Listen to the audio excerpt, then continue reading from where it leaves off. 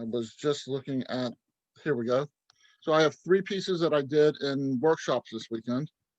The first, they asked us about how someone think of a feature, a physical feature, and what someone else thinks about it. So this is called Why My Beard Was My Mother's Mortal Enemy, or Why Santa Was Lucky His Mother Wasn't Jewish. The fact that I have a white beard makes me look at least 10 years older than my age. Without the beard, I still look older than both my elder brothers, who were respectively a year and 9 months and 4 years older than me. My mother adamantly disapproved of my beard, no matter how well groomed it was. Her constant vocal disapproval bordered on emotional abuse. When it turned from a streaky auburn to white when she was still alive, she was never remiss to point out that it added an extra 10 years on me. After one of the many times she asked me to shave my beard, I suggested she stop frosting her gray hairs. Because she went through labor with me, her unsolicited advice was totally appropriate, but mine was demeaning. Such double standards were standard practice in my family, which I can honestly say was filled with love and hugs, even if my mom always kept a beard trimmer handy just in case I came to my senses. Thank you. The next piece is called Positive Side Effects of Brain Damage. I am aware my brain works differently from other brains. As a child, I was diagnosed with multiple learning and motor disabilities. Motor disabilities affect how I perceive space and how fast I perform tasks.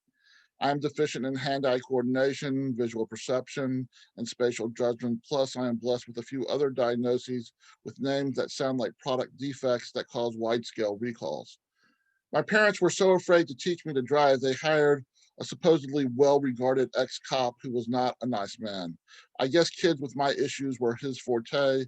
Nevertheless, I still got my license. As a visual artist, my sense of perspective is warped due to my deficiencies. Picasso painted the way he painted on purpose. I paint the way I paint due to my damaged brain.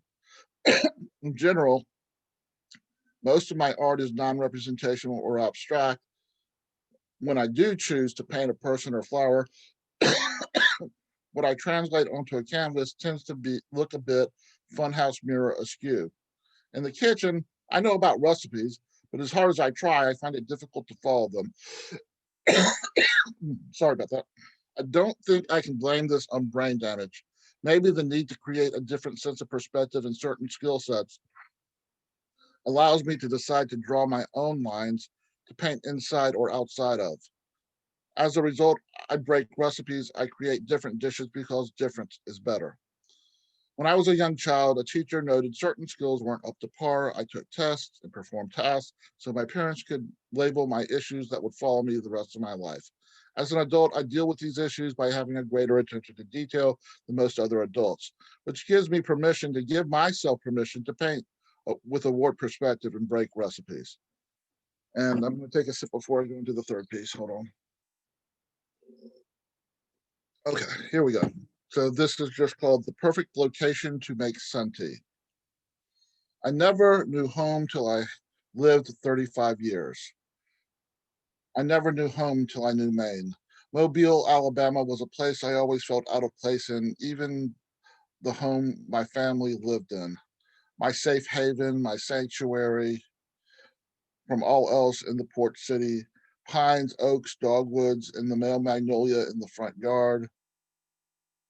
The backyard we mowed with a Yazoo mower, the stacked firewood anchored between twin trees, the stone fireplace in the family room with orange shag carpeting, the fleur-de-lis Spanish tile in the entry hall, the living room for art's sake, sloped ceiling, vaulted walls, semicircular contemporary velvet sectional sofa from the store in New Orleans, statue of David, chipped green glass polar bear, decades of collected art, the best room for an escape from everywhere else, Ruff's favorite room.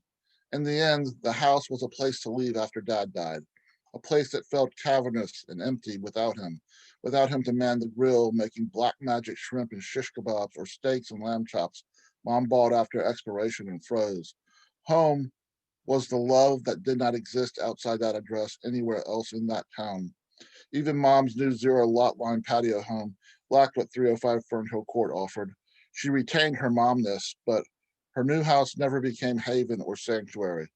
Not until after I existed 35 years when I stepped foot in Maine, even though I had experienced paralyzing depression, anxiety, and loneliness at times, I finally discovered home.